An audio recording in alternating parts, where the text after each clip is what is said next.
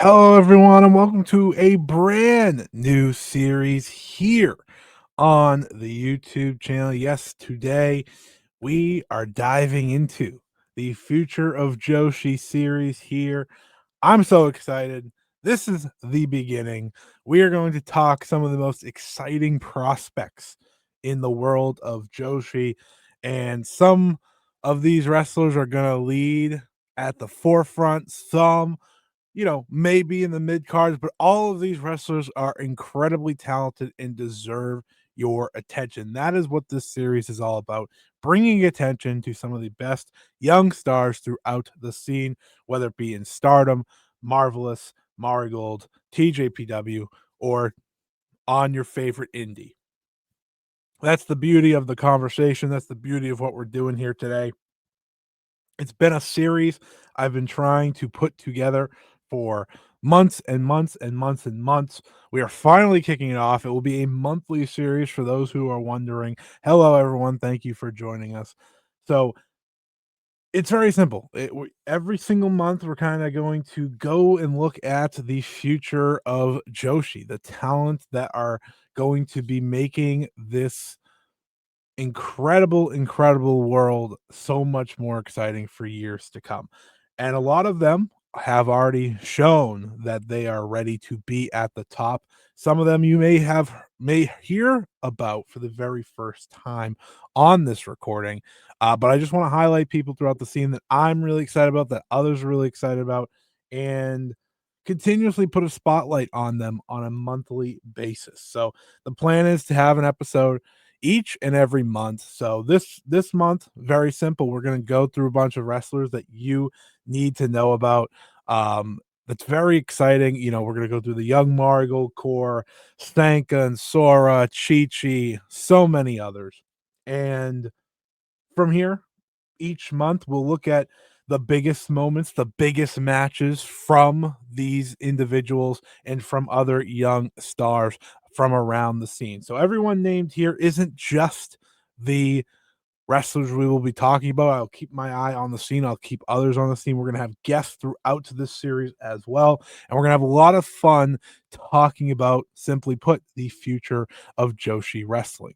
Because I think so much of what we do now, so many people talk about the Saya Kamatanis and the Saris and the Azumis. Azumi's very young. She will not be featured on here because who Azumi is, Starlight Kid, for example, both super young, but we are talking about those that are ready to break through, on the cusp of breaking through, or recently debuted in the past year, 2 or 3. So that's what I'm excited to do. That's what I'm excited to talk you through each and every time. Hopefully, you enjoy the series. Hopefully, you enjoy the monthly episodes of talking about the future. And hopefully, as I have guests on to highlight some of the most exciting rookies and most exciting performances on a month to month basis, highlight those matches and such, you will enjoy that as well. So, thank you everyone for joining me. Check out everything we've been doing here on the channel. The most recent Joshi Weekly is up. We also have a review from this past Monday for the Marigold, Cork, and Hall show. We have a review for Sari versus Shuri from New Japan King of Pro Wrestling. We have the review of Sari versus Alex Windsor from Ring of Honor last week. We have a Joshi Q&A from last week. And we have so much more coming up next week. Hopefully, now this isn't a guarantee. Hopefully, we'll have a Joshi Weekly to talk what is a pretty big weekend of Joshi wrestling from throughout the scene. We'll also be doing a Grand Destiny preview, a Thunder Rock Mayu versus EO preview, and of course, we'll have the big review sometime on Sunday or Monday for Grand Destiny itself. So hopefully, you are all ready for that. But let's get to this episode. Let's get to talking the future of Joshi, some of the most exciting wrestlers throughout the scene, and the wrestlers that are going to push this scene forward for years to come. And these are just some of my favorites, some that I've talked to others. I asked others, name a wrestler or two you think are going to be big stars in the future. And we put them all together, made a nice list, and I'm very excited to talk about each and every one of them. Um, you know, like I said, this isn't a perfect list. There are going to be wrestlers that are left off that you may want considered, but that doesn't mean they're not going to be talked about throughout the series.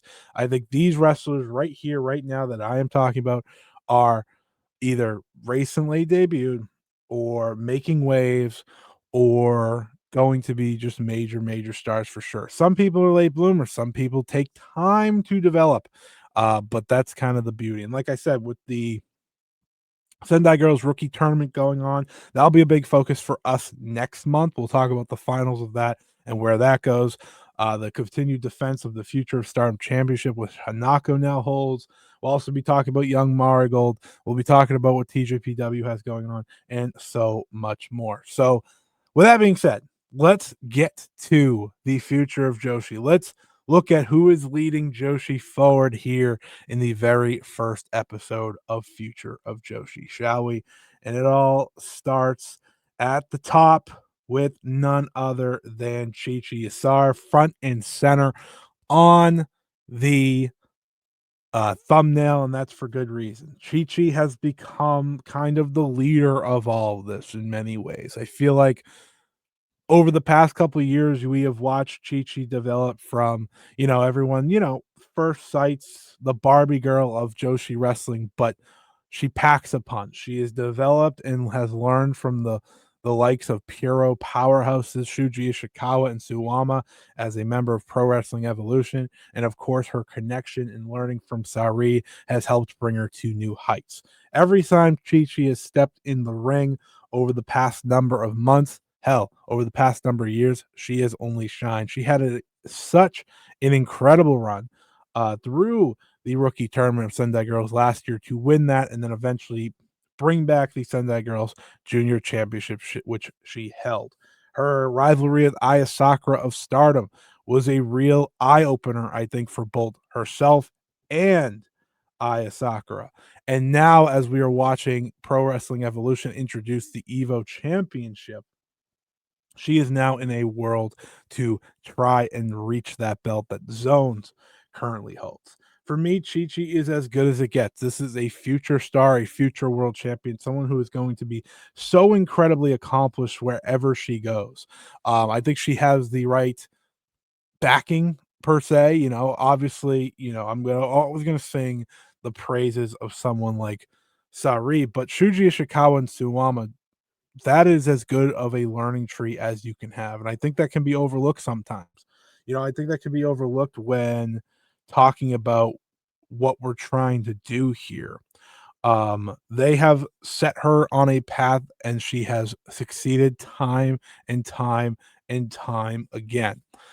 When it comes to what her future holds, like I said, it can be the leader in the clubhouse. It can be someone who for Joshi is that top future star. I know we've seen a lot of incredible rookies, especially over the past year, but until, further notice, it is Chi Chi leading forward.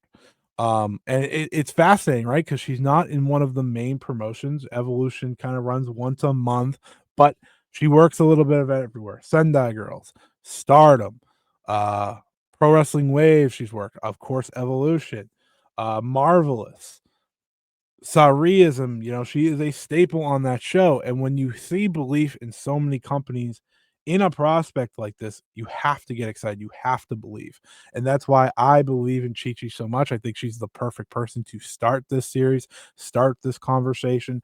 She has everything it takes to be a top star in this world of Joshi that we are watching right now. And I firmly believe she's going to do that. Right now, she's out with an injury, but we wish her the best in her recovery. And I'm very excited to see where we go from here. What's her next big match, her next big step.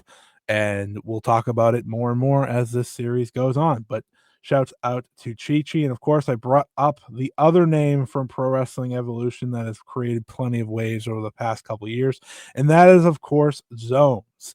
Zones has been a, to me, an interesting wrestler to watch develop. I don't think she came on as necessarily strong as, say, Chi Chi did. I think Chi Chi quickly developed in time.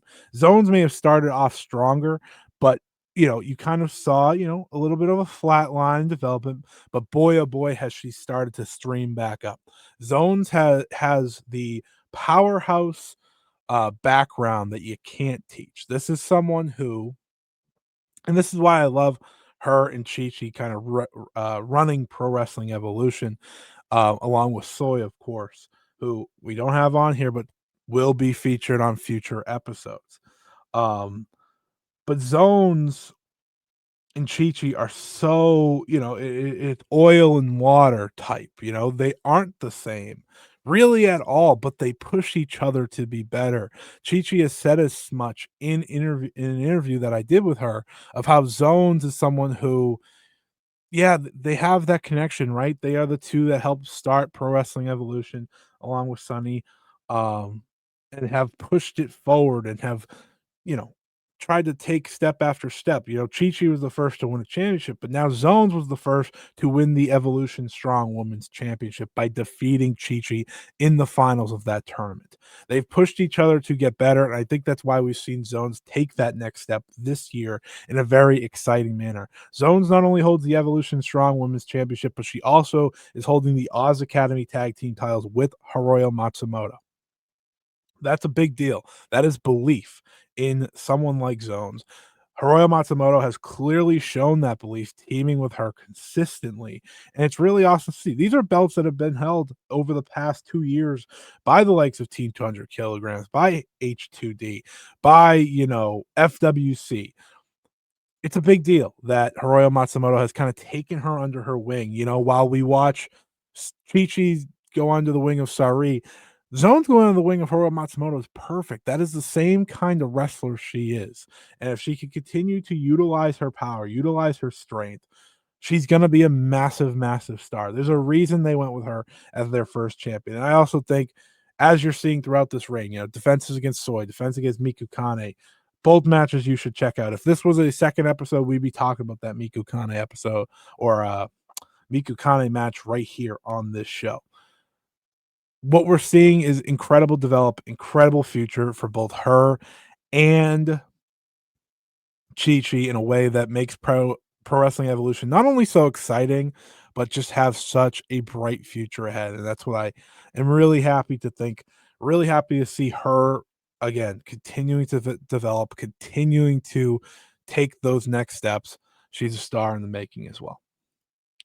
Next up, we have Miku Kane, another Sariism special, another Team Sari wrestler, but of course, a member of T Hearts, um, formerly of Actress Girls. Kanamic was once her name. She is now a future star. She's 25 years old, so she's one of the older wrestlers on this list, but it would be wrong not to include her. She's been wrestling very little since 2022. She had 3 total matches in 2022, 19 matches in 2023.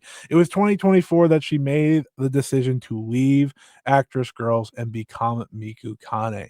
And what we have seen from that moment has been a star in the making. Miku Kane very well could be the best bell to bell rookie on this list. And it comes with experience, it comes with age and things like that. But her ability to wrestle as an underdog, but bring such excitement, bring such a skill set that stands out from the rest is why I absolutely love what she brings to the table. I also want to just, bring up matches that these wrestlers have had or standout matches that these wrestlers have.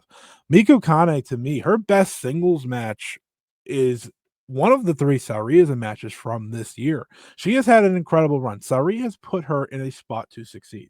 So on the January 23rd, Chapter 6 Sauriism, she wrestled Victoria Zuki. That was an incredible showcase of the future from T Hearts, the future of Marigold, in a match that, again, makes Sauriism so special. It was 9 minutes and 59 seconds, right at the buzzer. They were wrestling a 10-minute match, and they shined. From there, Miku Kane was put into 2 semi-main events. One, she went against Seri Yamaoka, a match that was supposed to be Natsupoi, but boy, oh boy, was that match really good. Incredible underdog performance from Miku.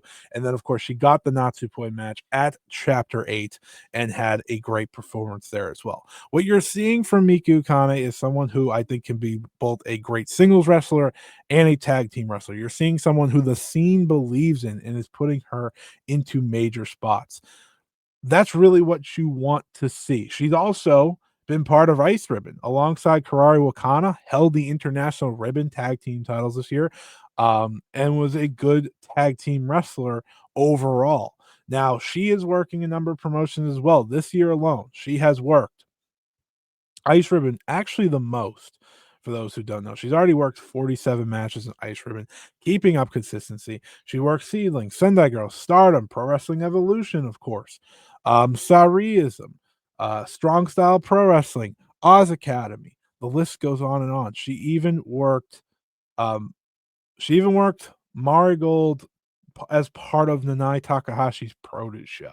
She's worked really everywhere around the scene. Everywhere she's gone, she has shined. She may be someone who is the underdog in all her matches, but that's someone you could connect with. And I think that's kind of the beauty of what Miku Kane brings to the table. She has a connectability about her that I think you can really, really love.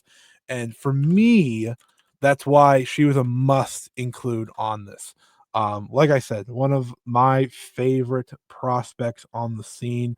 And I think for many people, someone who is quickly becoming a wrestler that you need to pay attention to because I think her ascension is going a little bit quicker because of her, being 25.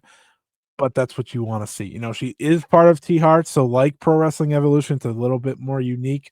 But with all these companies booking her with so much belief in her, it's what you love to see. And again, her teaching, the other two, Shuji Shikawa Suwama for her for Zones, Toru Matsumoto for Chi Chi. It's Sari, of course. For Miko, of course, we know Sari, but she's learning under Yumika Hoda. Like that is pretty impressive, and it's very unique for her as someone who's a bit smaller of a wrestler, doesn't have necessarily the striking game, but she showcases the heart, she showcases the athletic ability, and she's a real standout. So keep an eye on Miku Kane. I think she's going to make the future episodes a lot with how much she is competing. Next up, we have Yuna of Sendai Girls. This was one that had I done this show a few months ago, I may not have included because I think there was still a ways to go for someone like Yuna, but that ways to go has been seen step by step by step. She may not be the most athletically gifted, she may not be the most polished on this list, but what you are seeing is someone who, under the Sendai Girls banner, is getting better and better and better. Again, you take steps, you grow, and it takes time. That's always so important for a wrestler. And I think so much of the time, and this comes to sports, this comes to life. You want instant gratification, you want instant success. That's not fair. Not every wrestler is going to be great on day one, day two, day three, year one, year two. It takes time. And I think with Yuna, what we are seeing is someone figure out her style, figure out her way. There is an old school system there in Sendai Girls, and when she is wrestling the likes of Chi Chi and Aya Sakura, and being compared to someone like Rhea Seto, who at the time was her classmate, right? They debuted at the same time. It can be hard, but there's a reason she now holds the Sendai Girls Junior Championship. And it's not only because she's a member of Sendai Girls, but she's continuously been given the opportunities. And I think you're slowly seeing those strides be made now to where it's good time to include her on this list. For Yuna, steps still need to be made, develop still needs to be made, but she is in a promotion that involves Shigeru Hashimoto and a promotion that involves Dash Shisako, Miko Wada, right? And of course, led by Mako Senomura. She has the teaching that's there. She has the opportunity. I think for Yuna, maybe, Sendai Girls running as much as they do does a lot of good for her as well. She's 21 years old. There's a bright future ahead, like I said. and she's working a little bit more here and there. She's done Marvelous, she's done Stardom, she's done Wave Seedling, and even Marigold earlier this year as part of the Mako Satomura match. So there are steps being made, but she is mostly just Sendai. So that experience, that level of crafting may be a little bit different from the previous wrestlers, right? But she is learning under a promotion that is going to get her there. And I think that's really exciting. I think it's really exciting overall. Exactly what you want to see is, again, her taking those steps. So that's kind of where I'm at in terms of Yuna, but I do think that the more defenses she has, as we look at this rookie tournament, she's going to keep making the right moves. She's had a good performance in that so far as the champion in a big spot. So by the time this comes out, I think her match with Senka will have already happened as part of that tournament in the semifinals, which I'm really looking forward to. That'll be featured on next month's episode, I'm sure. Then we have Maria Kuga. This is this is a very fascinating one. Not because I don't think she's super talented, because I do think she is super talented, and my appreciation for her talent really jumped off the page watching her in the Sendai Girls rookie tournament. I've seen her in Seedling, I've seen her compete, but getting to watch her in the singles atmosphere, because she does a lot of tags and such, you see the growth. You see where she's gone. She is a kick-based wrestler. That's always a great sign for anyone in Joshi wrestling, let alone someone who is kind of be giving the keys to Seedling. Seedling's starting from the ground up. They don't have Arisa Nakajima competing anymore. They don't have a lot of sign wrestlers. In many ways, Kuga and Honori, is it Honori Hana? Is that her name? They're kind of being the ones pushed forward of like, hey, you are our crew. We're gonna have others on these shows. We're gonna have Benny and Makoto and Matsumoto. We're gonna have the vets, but you are our roster members, and we are gonna put you in big spots to shine. Right? Riku Kaiju, for those who may remember, she obviously left wrestling, so it was a real restart, and she's kind of the one leading that restart. Ryokuga has been really solid every time I've seen her. She's getting opportunities at all these different kinds of shows, much like the wrestlers we've talked about so far. And I think with teaching under Natsuki Tayo and Arisa Nakajima, you're built to be great. You're going to be built to be great. Seedling has a great set of prospects right now, led by Kuga, which is very exciting. And she's someone that, if you haven't seen her yet, if you've maybe not watched a lot of Seedling, which I know a lot of people don't, she's one you want to watch. Go check out her in the rookie tournament. She's also part of the semifinal fighting Spike Nishimura. So definitely check that match out once that is available. It's an exciting time. Like I said, this is someone who is giving Seedling hope, giving Seedling excitement. And I think she is going to be a star as well here on the indie scene. Now we go to TJPW, and I looked at the list, and I think Toga was a possibility, but Toga might be too advanced for this list at this point. I don't know how old Toga is. Well, no, Toga's 22. I really do like Toga. I think she's a very exciting wrestler. Um, but I ultimately landed in Haru Kazushiro. I think this is someone that a lot of people are very excited about when it comes to TJPW. She's still just 17 years old. She came into wrestling back in 2023. I believe it was for her and Runa Akubo that debuted together at Grand Princess 2023, again, just as children. But now you're starting to see TJPW believe in her a bit. And I think that's always the conversation when it comes to TJPW and many Joshi promotions, high and low, of believing in younger talent. And TJPW is starting to do that. She got herself a really big win this year in the Tokyo Princess Cup, beating Himawari, moving past the first round, and facing Miyu Watanabe, who would eventually win the tournament in the second round. And I think that, again, those are the moments you want to see. Those are she was part of the qualifying tournament. She qualified to get in this tournament and then had that big win in said tournament. It's things like that where you pay attention. It's things like that that make you go, oh, interesting. Her and Toga are a really fun tag team, and I should have just put them both together. But um overall, I think what you see from Kazushiro is hopefully one of TJPW's future stars. I know Kubo left wrestling. I don't know what or when or if she's gonna come back, but Kazushiro seems determined. She seems like she wants this, and I think that's always, again, so important. She doesn't have champion success or anything like that yet, like the previous wrestlers had, because, she's not getting the opportunities necessarily outside of TJPW. When you have the bubble, it can be tough, but she seems like someone that I do think it's worth investing in if you're a TJPW fan or a Joshi fan. I think Haru Kazuchiro has an exciting future. I think she's someone who, again, for TJPW, has the development, has the hopefulness, has the potential to be a star for this company. So that is my TJPW entry. I should have included Toga because I absolutely love Toga, powerhouse wrestler. I think she is someone who should get pushed sooner rather than later as well. And I think she's starting to get that as well. You guys know, if you're listening to this, I'm not the big TJPW guy. I don't watch it as much as I once did, but I wanted to have involvement on here for sure because there are uh Future of Joshi stars in the making there, and Haru Kazushiro, I think, might lead the pack of them all. Then we head over to Stardom, and we start with Aya Sakura. Aya Sakura is really one of the top reasons I wanted to do this series, quite frankly. Aya Sakura actually is the oldest on this list. She is an older wrestler.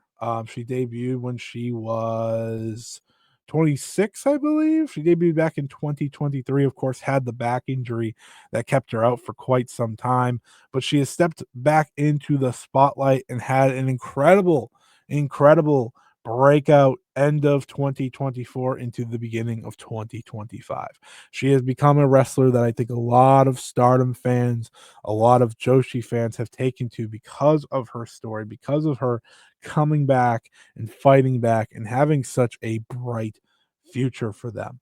A member of Cosmic Angels, so she's instantly going to be a star. When you're part of that faction, even post Tam, there is a focus, there is a super babyface element to you, and you got to be likable. And Aya Sakura is incredibly likable. Her skill set speaks for itself, right? Big time kicking, big time MMA submission based style stuff that I think really jumps off the page in a company like Stardom, because Stardom doesn't necessarily have a ton of those wrestlers. I think the funny thing with Aya Sakura is, for the longest time, I always felt like she should be learning from Shuri. Yet when she went to Cosmic Angels and found the second gear and just found a home, she found it, and her rivalry with Chi-Chi, like I talked about earlier, just brought the best out of her. Sendai Girls allowed those two to take chances with that belt against one another. You have the great final match between them. You have the great match from earlier this year at the I don't remember, the New Year Stars show. Was that what it was called? The big title match of Stardom, and then of course at the big Yogi show for Sendai Girls, where she wins the belt from Chi Chi. You have so many great moments, and I think for Aya now, I want to see her expand. Her and Sayaka Carrara, I think together have such a bright future as a tag team right now, because when you look at the Stardom landscape, it is hard for not younger wrestlers necessarily, but some of the rookies and the newer wrestlers to break through, right? Aya Sakura is not going to be challenging for the Wonder Stardom Championship tomorrow. It's just not a real reality. So, have her team with Sayaka Crow. Create a new tag team. Tag league's right around the corner. That's what you want to see. That's what we are seeing. We're starting to see them pursue the new blood tag belts and hopefully win those tag belts, because I think what did such greatness for New Blood last year was Azusa Naba and Rina reigning as the New Blood Tag Team Champions. They were fantastic. And I think Sayaka Kara and Ayasaka can do that together. I like their chemistry. I like the way they bounce off one another. And I think that's what I want to see for Aya moving forward. She can be a star. I really do believe that. And she is someone that I'm so happy to feature on this, because I don't need to inform you about Aya Sakura. I feel like you know by now. But hey, This is the list of highlighting some of my favorites as well, and Aya Sakura is absolutely one of them. So I'm hoping for more from her after the past couple of quiet months, and I think Tag League, all the New Blood shows leading to that New Blood tag title match are going to do just that. Speaking of which, Sayaka Kara, I think this list would be incomplete if we didn't talk about Sayaka Carrara. I think it goes without saying what Sayaka Carrara has done. She has been out of all the rookies, out of all the newly debuted stars in Stardom over the past couple of years, she has been the one that they have had the most hope for. I think that goes without saying. She is the 2025 Cinderella winner, after all. She's also challenged for the World of Stardom Championship this year. She is someone who, of course, was the student of Tam Nakano and has consistently had great moments. Sayaka Kara is someone who you've seen at Cork and Hall have her best moments. Sayaka Kara is someone that you've seen have moments of belief, moments of hope, and moments that you want to continuously see expand. For me, when it comes to Sayaka Kara, I think it's a interesting conversation because no one, I think, when at the start of the year, maybe had her winning the Cinderella. Then once it became a rookie tournament, it was like, oh, that makes a lot of sense having her, get to that spot and build up a star. It's been an on and off push for her. She won the Cinderella, and a lot of people, myself included, didn't know if she was going to be ready for that world title spot. Not her fault. Not her fault. Asking a lot. But she used that match against Saya Kamatani at a Cork and Hall, packed Cork and Hall at that, to leap from there and go into a five-star Grand Prix where she had one of the better tournaments, I think, start to finish. You saw the development, you saw the potential, you saw a future star in Sayaka Kara. This is someone that if you told me she won the Wonder of Stardom Championship by the end of 2026, I would not be shocked. And this is what you want to see from Stardom. Yes, you have Azumi and Starlight Kid and obviously Saya Kamatani, but Suzu Suzuki, um, who are some other future stars that we want to see win big ones. Momo Watanabe is about to have the big title match. You have all these wrestlers that people want to see win the big one, right? But at the same time, you need to continuously build stars. And while you have someone like Isaiah Kamatani at the top, you want to use her, you want to use the attention the company's getting to make new stars. And that's what they've tried with Sayaka Kara. And I think in time she's going to get there. I do think right now the best thing for her, if she's not going to be in a spotlight role, is teaming with Aya Sakura. I think that is a duo that works, a duo that's exciting, a duo that's inviting. And that's kind of what I'm enjoying from those two is seeing them learn together again. And I think that's going to do so much good for both of them. So after Tag League, you can expand from there. Hell, Aya Sakura and Sayaka Kara versus Natsuko Tora is a hell of a heel versus babyface tag title match, right? Things like that. Sayaka Kara is going to be a Wonder of Stardom champion in this company at the very least. That is she has the most guaranteed future, I think, out of any rookie I'm talking about here on Stardom. Now we are going to be talking about the big two when it comes to Future of Stardom itself, that have even brighter futures because because of their age, it would be criminal not to include them because of how incredible they are. But Carrara, out of the recently debuts out of the past couple of years, I think it's very clear she has the highest ceiling in terms of star power in Stardom. Then we have Emma Maishima, one of the 2025 debutees. I wanted to include, so I'll say this now that we're talking about it. I wanted to include, Ankanaya, Matoy Hamabe, like those two. I have so much hopes for those two. I loved what they showed. And you may not even know who Ankanaya is, quite frankly. She was around for so little time, unfortunately. Or Matoy, maybe if you're listening to this, you just got into Stardom this year. You haven't seen her then. Those are two wrestlers that I'm really excited about. Yuri Hime, I think, is a really exciting prospect as well. I think Stardom has a lot of belief in her. I didn't include Hanako. I'm not the highest on Hanako, and I understand the role they see her in. So I'm just being frank here. She's gonna be included in this series because she is making strides. The match with Hina, I really enjoyed. The match with Starlight Kid, I really enjoyed. But we're gonna see from here. On this side of the table, and Hanako had a little bit more time, I guess, because she did wrestle and then join Stardom. Anyways, you get my point. But when it comes to the rookies, we have Emma Maishima, we have Kikyo Furusawa. They're both going to be talked about here. I think they both bring a very interesting dynamic to Stardom. With Emma, you do have kind of the Stardom based rookie. When I say that is you can see her working. Like you can see Emma clicking in a Stardom uh environment. We've seen it already. This is someone who has the athleticism, has the skill set to jump off the page. There's a reason she makes so much sense, for example, for Neo Genesis, right? Is she kind of matches that skill set. She kind of matches what they're doing. And every time I've seen her as time has gone on, she's gotten a little bit better, a little bit better. It feels like wrestling comes very easy to her when it comes to the actual in-ring aspect. Sure, you're going to want to see her show some character and things like that, but she's legitimately in her first year, and the way Stardom often pushes their rookie, they give you a good year or so before you really need to, piece it all together.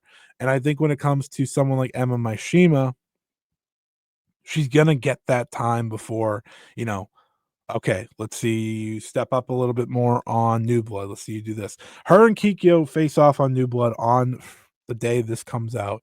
I'm very excited to watch that match because I think seeing classmates wrestle one another is always very exciting. Um, and for me, she is someone who I think Stardom likes a little bit more. So we'll see how she does. But that brings us to Kikyo Furusawa, who's kind of the complete opposite of Emma Maishima when it comes to um not only skill sets, but kind of feeling set in Stardom. I think Kikyo feels very unique for Stardom. She has a ground-based offense, technical offense, obviously has the cool look. I think, for me, she was kind of the rookie that was like, "Oh, this is someone different. This is someone that's unique from the debut." She has her own look, she has her own little gimmick, her own theme song. She kind of knows who she wants to be, and I think that's why I had to have her on here. While Emma might have uh the potential and skill set, I think Kikyo has the potential in who she wants to be already. And that's always really, really good. It's very much like for those who know New Japan, you don't have necessarily the young lion phase in Stardom or other Joshi companies, but you do have a phase of, okay, you're going to debut, you're going to wrestle, you're going to be the underdog rookie, whatever. For Kikyo, it was, yes, I'm going to do that, but I'm also kind of aware of the character and who I want to be. And I think that's why she's so exciting. Being a technical, ground based wrestler also is very unique. That's not a big, massive style of Stardom, I think. And it could set her apart from the Akira Kuraganes, the Yuri Himes, the Emma Maishimas, and it's gonna do her a lot of good. So I think that's such an important part. I wanna see Kikyo succeed. I wanna see Kikyo, get to dip her toe in a place like Sendai Girls because I think her skill set, funny enough, fits very well there, with the Hashimoto's of the world training. But between Kikyo, Emma, Matoi, Akira Kuragane, Yuri Hime, out of all the rookies that have debuted recently, I do think there is hope and excitement. But with Kikyo and Emma, I wanted to highlight them especially because they had recently debuted. Now we get kind of to the two unique rookies, I think, on this, not rookies. Sorry, they're not rookies at all, actually. We get to the two unique future of Joshi involvement because I was going to not include these next two, okay? Because they've been wrestling for a long time and they've been called the future of Stardom and Joshi wrestling for a long time. But they have not broken through yet to the Wonder and World places. They haven't won those belts yet. Now, one of them has challenge, but we start with Hina. It feels criminal after the Future Stardom run she just had to not include Hina. Hina was always considered just the third sister, right? And I say that in not a disrespectful way, but everyone was always, Hanan's gonna be the top babyface, Rina's gonna be the superstar, and Hina, she sticks around and wrestles. She'll be a fine, solid wrestler. Hina proves to you, to me, to everyone this year, she is gonna be so much more than that. This is a wrestler capable of world championship aspirations. This is a wrestler who there were comparisons of her future Stardom title reign to that of the white belt reign of Momo Watanabe. Running with confidence, running with domination, and running with a way that jumped off the page. I feel like so many people walked away from her Future of Stardom championship matches saying to themselves, Hina's phenomenal. Where did this come from? Or something of the sorts. Or some people would be like, I told you so. Things like that. And first of all, those who want to say I told you so, shouts out, you should. But Hina's a superstar. Her in ring is fundamentally fantastic. This is someone who obviously has the judo background, but has added so many different parts, so many different skills to her game where she feels like a true complete wrestler.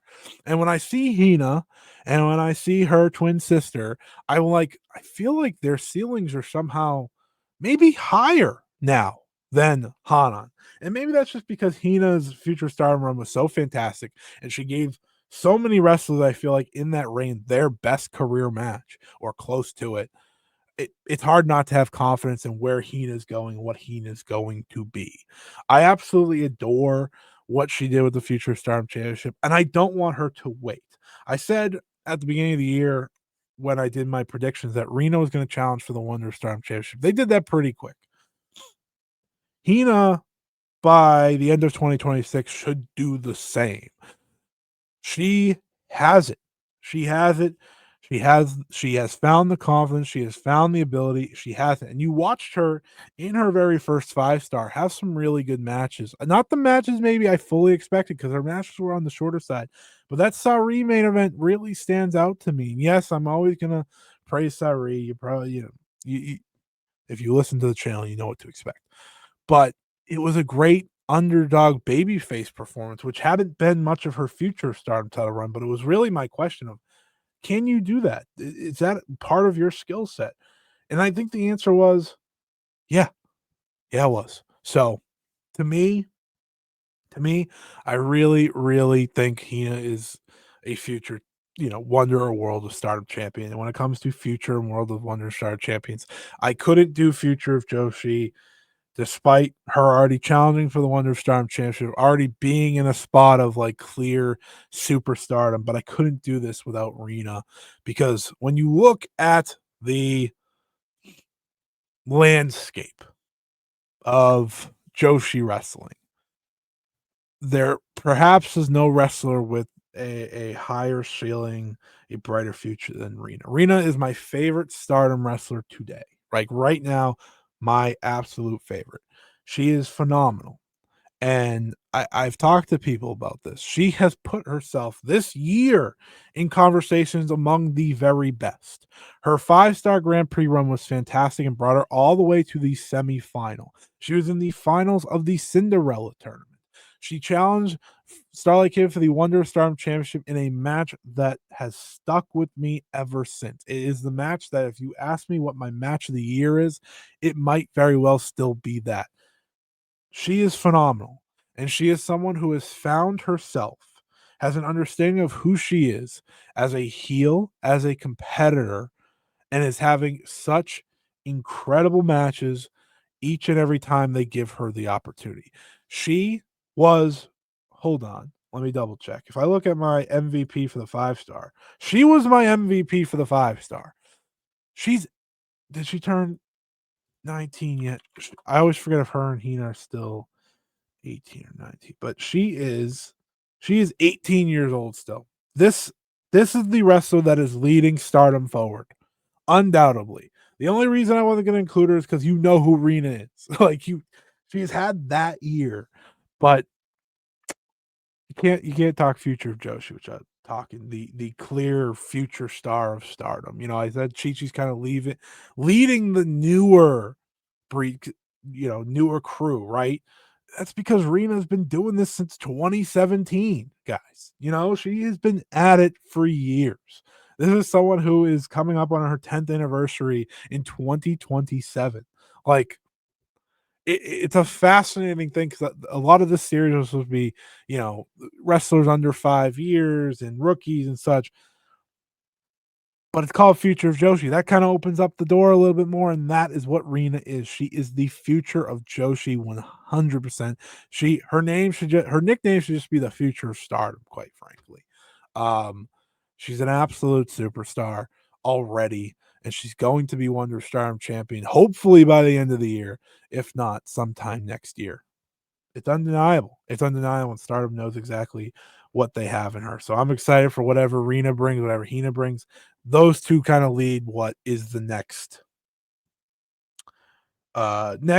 chapter for Stardom in their wonder and world of Stardom, hopefuls, incredible, incredible talent. Now we go to her tag team partner. It would be wrong not to get Azusa Inaba on here. Just tap out to Azusa Inaba is an incredible, incredible talent. Azusa Inaba, honestly, at 17 years old, is so much further than where her sister was at this time experience level wise. Azusa Inaba debuted back in 2023, January of 2023. She's absolutely incredible. This is someone who I've seen have incredible matches with her sister.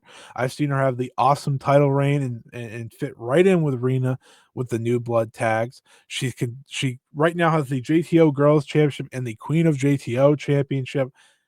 She's someone that JTO, which you may not watch a lot of, but for what it's worth, understands the talent, understands the superstardom that she brings to the table.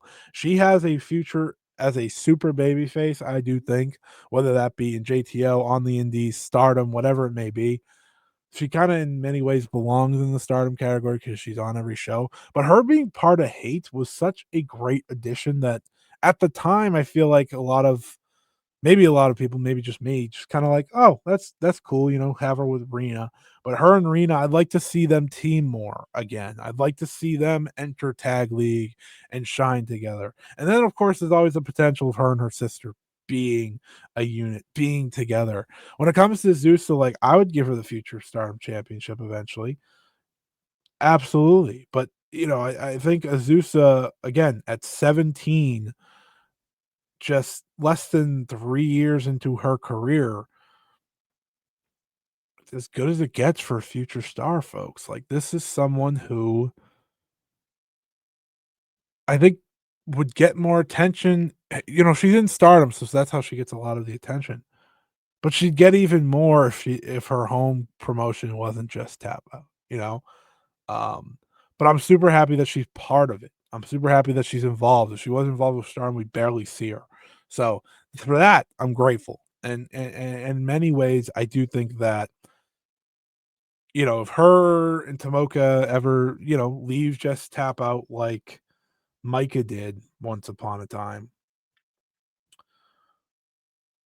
they're in that conversation to win the top belts as well. But Azuz's future is limitless. Truly, truly, truly limitless. And it would have been wrong to go through this hour of conversation and not included her. She's so freaking good. Kick based, has had some really strong matches. I think the ones with Tomoka obviously jump off the page, but her and May Sarah had a really good match in the 5-star. Her and Rina versus Hanako and Waka was quite good. Again, you go back to that title reign. Zeus and Rina versus Hana and Saida for the New Blood tag belts. Was that for the New Blood tag belts? Yeah. At Korakuen when they won the belts. Awesome match. Fantastic match. Azusa versus Saya Kamatani this year in the 5-star. That's one of my favorites. I loved that match. Um, yeah, so go check that. Just go see what Azusa is bringing to the table because if you could find her JTO stuff, great. But thankfully, she has plenty of Stardom stuff for you to see, and she kind of belongs in the Stardom rookies as well because that's where she's shining the most. Now we go to the dynamic duo, the Reiwa Crush Gals in many ways, Sora Yame, of course, Senka Akatsuki. We'll start with we'll start with Senka. Senka, I mean, many people may say she's leading that next crop. What's there to say about Senka that I haven't had the chance to say about Senka already on this channel on my show? This is someone who has taken the scene by storm. We are coming up on her first anniversary this weekend. She's challenging for the AAAW championship against Takumi Iroha in her hometown. That's going to be the best match of her career. But my God, you want to talk about a wrestler that has just jumped off the page. And, we went through all these wrestlers, Chi-Chi, Ayasakura, Rina, Zones, Miku Kane. Perhaps no wrestler on this list besides one other has a generational rival like Senka Akatsuki, and that, of course, is Seri Yamaoka, who we'll talk about here in a little bit, as you would expect. Um, those two have created magic with one another time and time again. They're both still in their first years and they're creating magic that wrestlers would dream to make with a rival, dream to have with a rival. They have chemistry that's off the charts. They have a connection that is off the charts. Every time those two are in the same ring together, you got to see it because that intensity that Senka Akatsuki has that you can't teach, that old school style, that need, that want to always win and come out better, you can't teach it. She is as old fashioned as it gets when it comes to rookies, right? She still wears just the red singlet. Maybe she'll have new gear this weekend as part of her first anniversary. But maybe, there's a lot to love about Sanka that, I think her magic has only calmed down a little because she got sick. She was going to be in the Dreamstar Grand Prix and create and do more, but it's been reinvigorated through the Friday Night Gotcha, the Monday Magic matches, right? Fantastic stuff there. And now, like I said, she's going into the match with Takumi, and it's going to be absolutely sensational. She's been part of some of my favorite matches of this year, like truly the Nanai Takahashi Suri Yamaoka versus Takumi Roha Senka tag match is still one I look back on and just absolutely love it. You look at Aja Kong versus Senka. That was the match of WrestleMania weekend. She is a generational talent, super rookie, whatever you want to call her. And there's a reason that Chigusa Nagayo has, considered her as part of the red bloodline. That is a red bloodline that is, Chigusa Nagayo, Mako Satomura, Takumi Iroha, and Senka Akatsuki. That is as prestigious as it gets. And to see Senka be this good already, she's unstoppable, man. It's her and Yamaoka. Those two are here for me when it comes to the rookie of the year conversations, when it comes to who leads Joshi moving forward. It's those two, man. Those two and Rina. I said it on my Joshi Q&A. Those are the leaders in the clubhouse, I think, right now. But just an incredible talent. It makes you have to check out everything Marvelous is doing. Like that is what Senka, that's what ability she has right now. And how many rookies can you say that for? You know, um, if you haven't watched Senka, somehow you got to change that. She is going to be your next new favorite wrestler. And of course, there's Sora Yame. I think when it comes to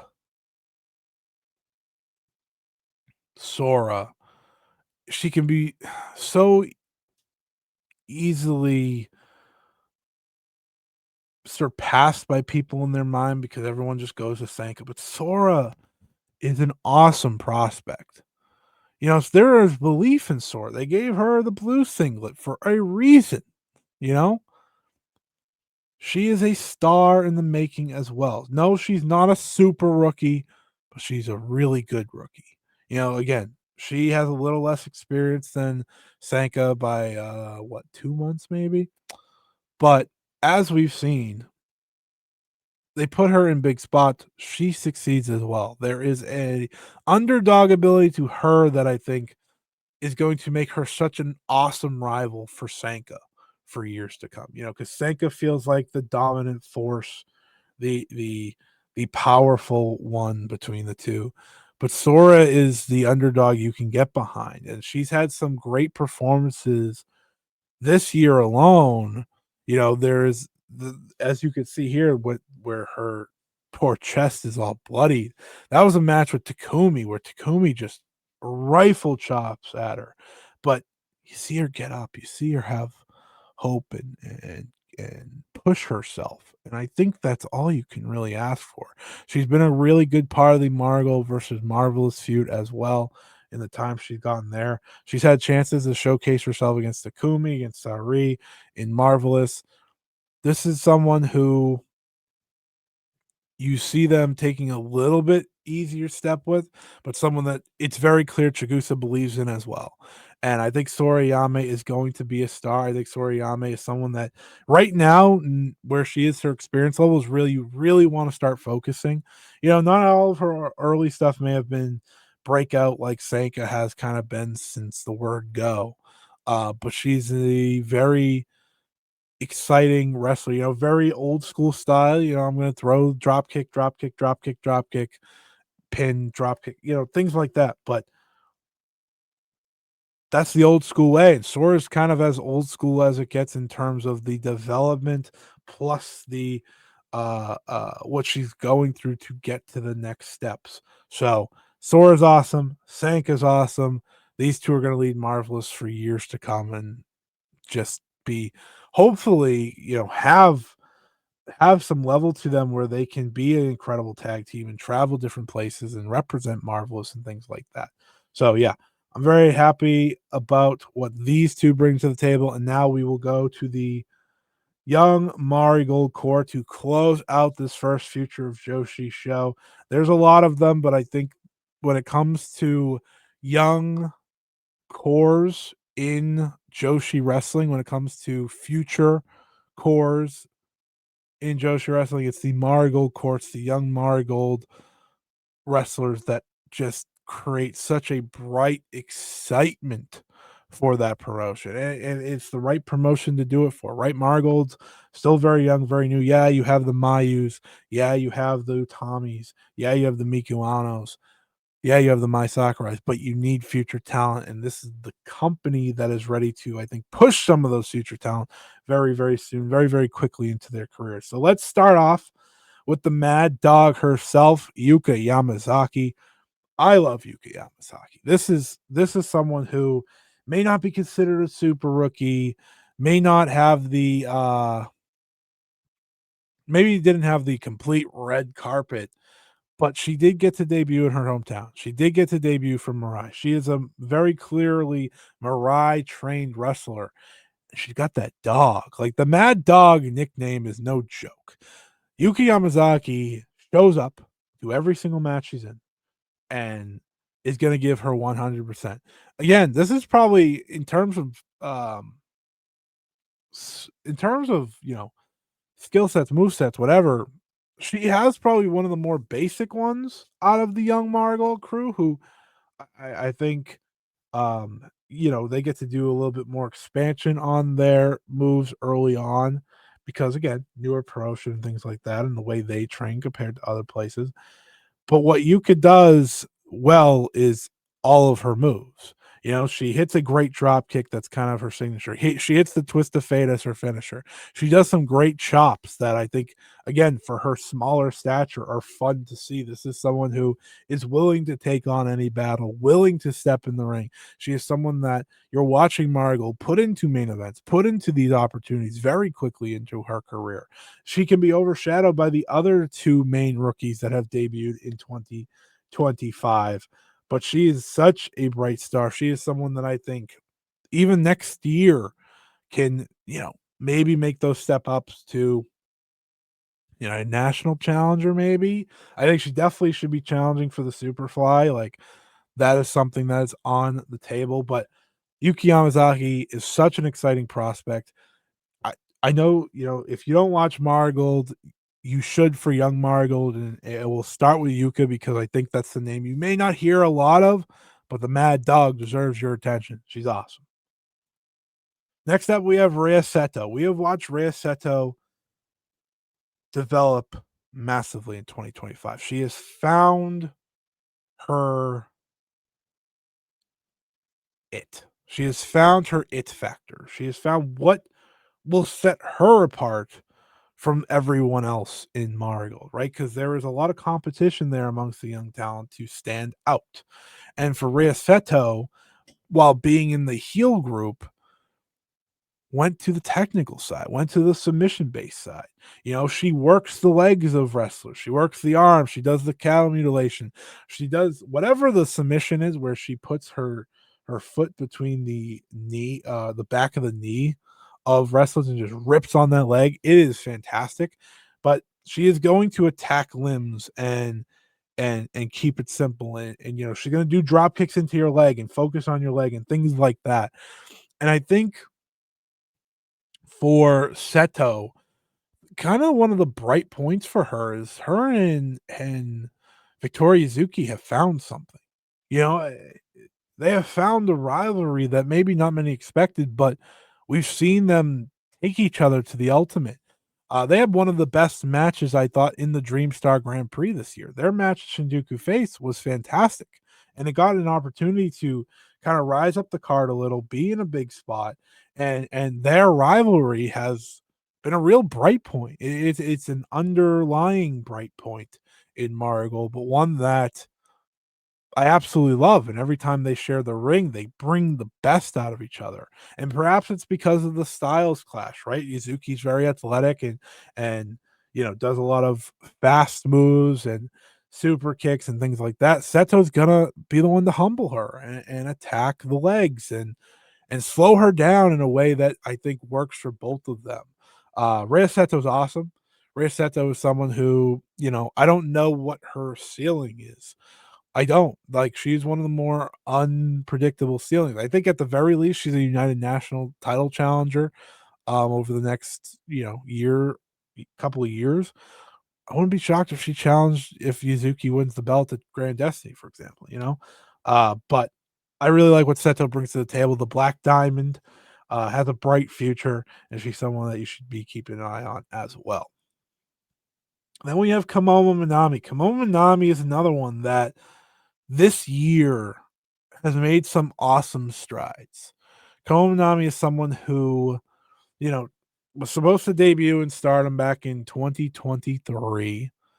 Then she was part of the original debuting class for Marigold in 2024 and got injured at the end of last year. She missed the Rookie of the Year tournament, but by the way, felt like it was hers to win. And when she came back, she seemed to gain some confidence. She seemed to,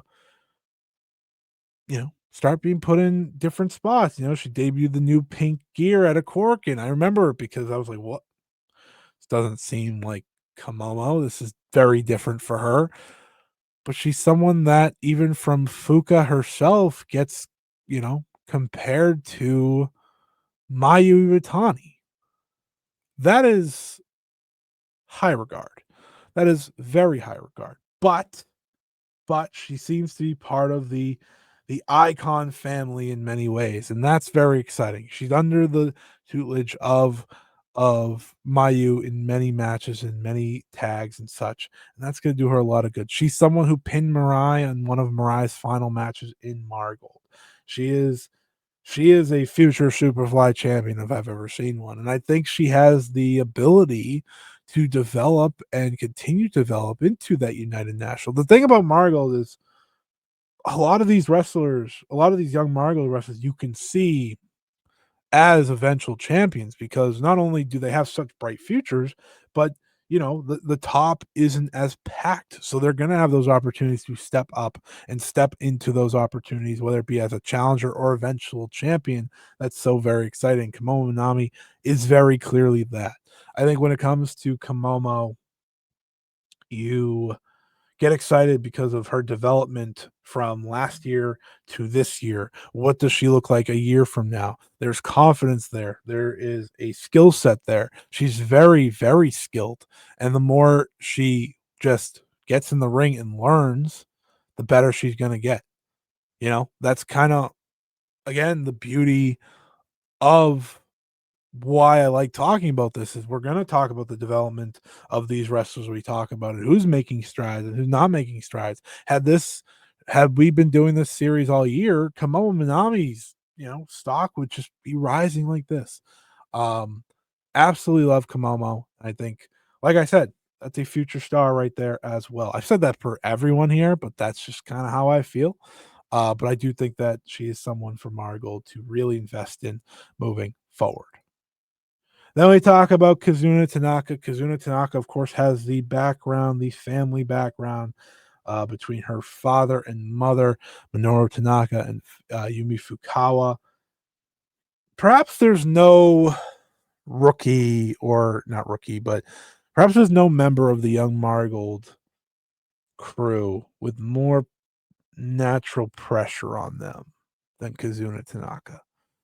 When both of your parents are pro wrestlers and successful pro wrestlers at that, and you grew up your entire life to want to be a wrestler, that's a lot of pressure.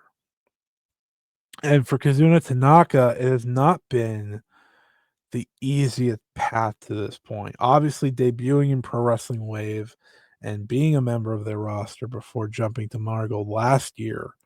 Um, she missed a lot of time last year between injuries and leaving Wave, but especially the injuries. And I think the only thing that can hold Kazuna Tanaka back, and I guess this is for every wrestler ever in the history of the world, but especially her because we've seen the woes pop up from time to time, is her injuries.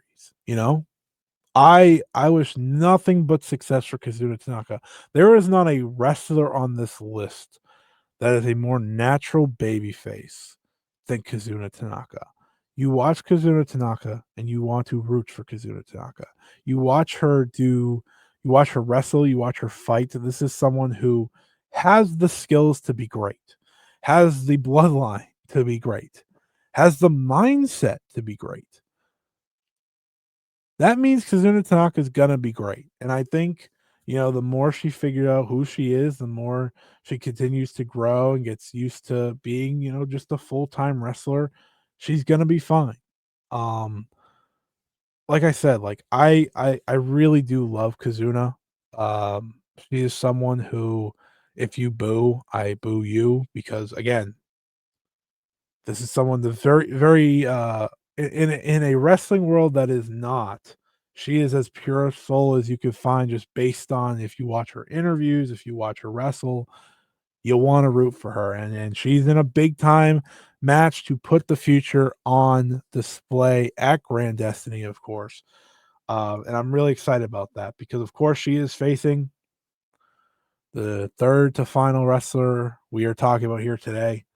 That is Shino. Shino is feels like a guaranteed superstar.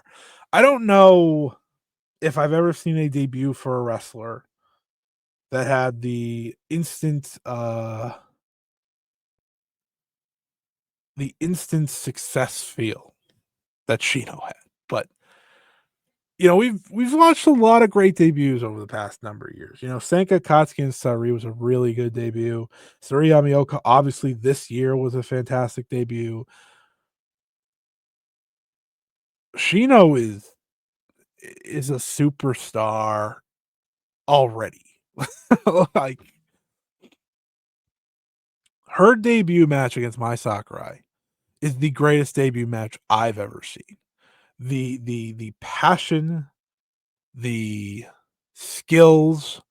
She so very clearly was ready for this spot. She is the youngest member of this list.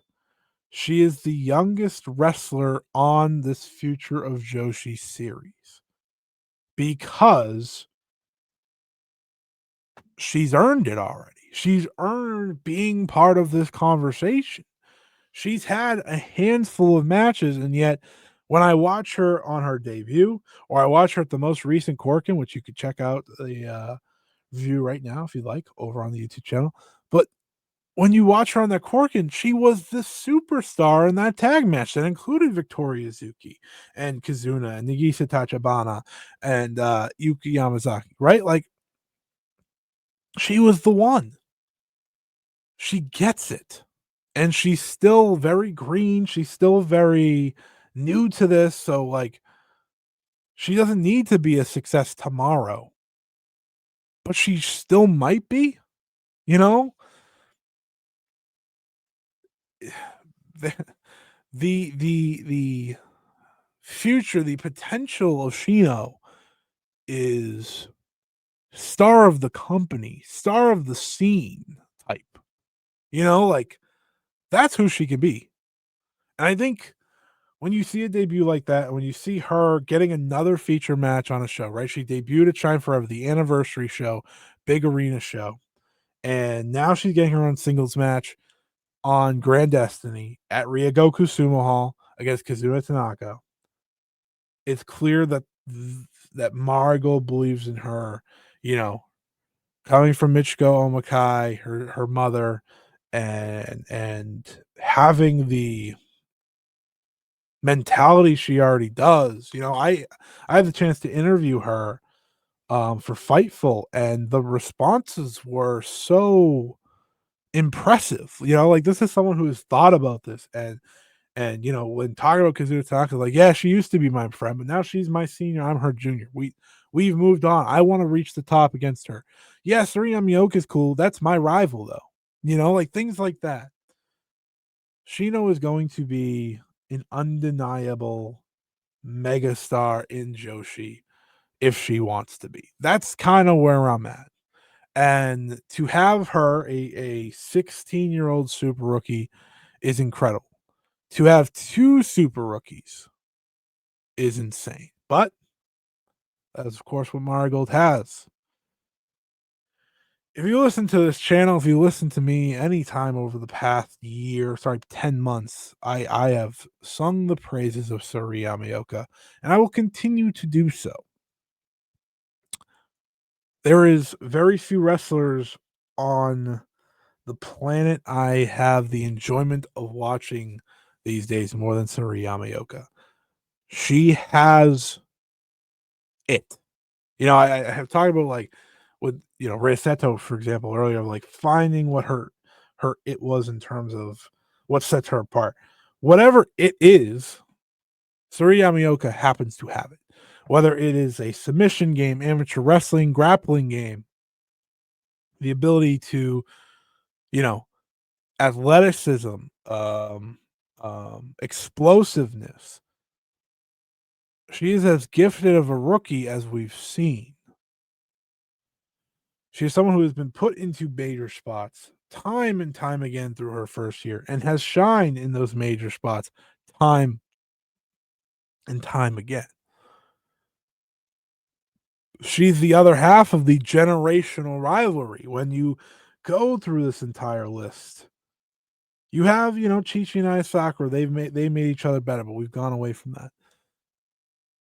Nothing, I think, reaches the level of what Senka and Seri have, though. That is a rivalry that is going to define the next decade of Joshi wrestling.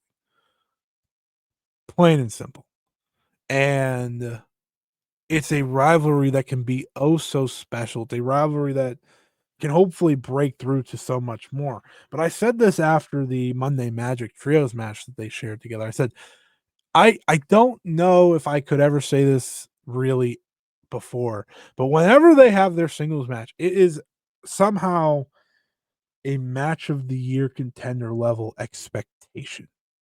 And it comes from both sides. Seri Yamaoka to me has been the rookie of the year from sheer volume, but also her development has been off the charts. When you look back at that first match, what she did with Mirai, so much of it was grappling, so much of it was, we'll showcase a little bit here and there of her explosiveness and what she has, but we don't want to show too much. She's under the learning tree of Nanai Takahashi. She's under the learning tree of Fuka. She's under the learning tree of Shinya Aoki. Like, this is a wrestler that so many believe in. And if you look at her signature matches this year, you look at her debut against Mirai, you look at Shine Forever, the first anniversary show against Takumi Iroha in a singles match, and now you look at Grand Destiny, she's going one-on-one with Chihiro Hashimoto, the perfect wrestler for her to learn from in that ring. You also have her awesome tag run with Nanai Takahashi. You have the matches with Mayu Iwatani, both the Dreamstar one and the Superfly one. This is someone that they are very clearly ready to let run with the ball a little bit more each month, a little bit more here and there. And there's a reason she's always in a major match. It's because she is a special rookie. She is a super rookie by definition and by guarantee. Seri Yamaoka, I, I I don't know again if I could possibly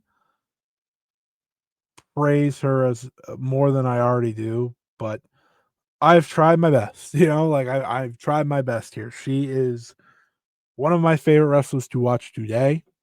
She is probably just one of my favorite wrestlers overall right now. And she is going to lead Joshi forward along with Senka, along with Chi-Chi, along with Rina, and along with our final talking point here today. That, of course, is Victoria Suzuki. When you look at the list of best wrestlers on this list, Victoria Uzuki is very close to the top. And I know she has her detractors and has her haters. And I'm just going to be frank. Like, you don't have to love her, but calling her bad, I just don't agree with it. I think Victoria Uzuki is a special talent. And I think she is one that very clearly is the rookie that got away when it comes to stardom. Like, that's just the reality, and that's an okay reality. But when Marigold was being created and when it was announced who was leaving, I said, Tommy's a big one, but Victoria Zuki is massive. That is the biggest departure at the time. And she has shown in full force why. She had an unbelievable Dream Star. She was the MVP for me.